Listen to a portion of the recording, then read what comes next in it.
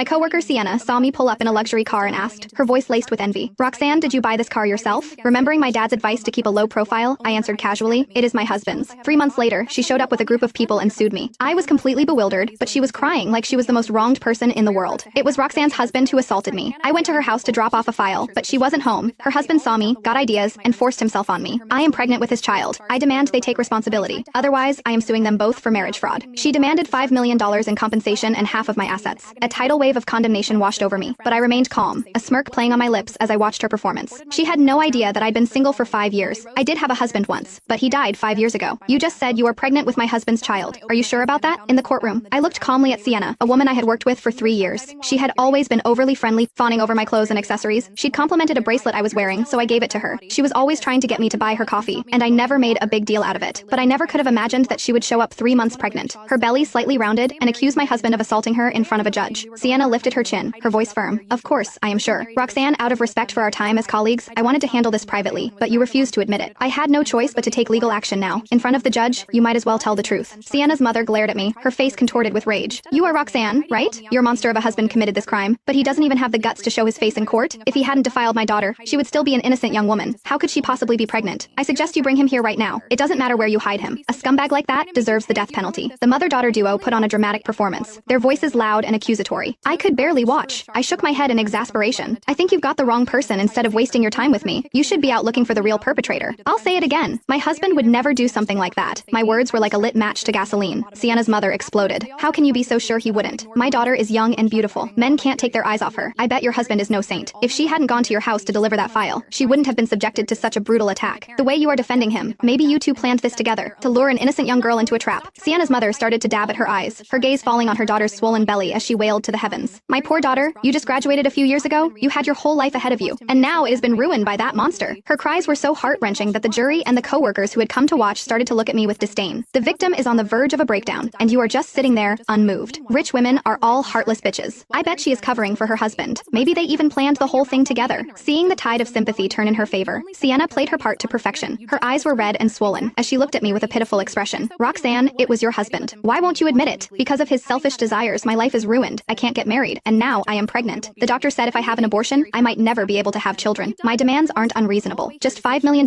for emotional distress and a share of your assets. After all, I am carrying your husband's child. Your family is well off. Can't you spare that much?" A smirk played on my lips. There it is. The real you is finally showing. This has always been about money, hasn't it? Just pin a crime on me that is impossible to disprove. Sienna, you are more cunning than I gave you credit for. My words hit their mark. A flicker of panic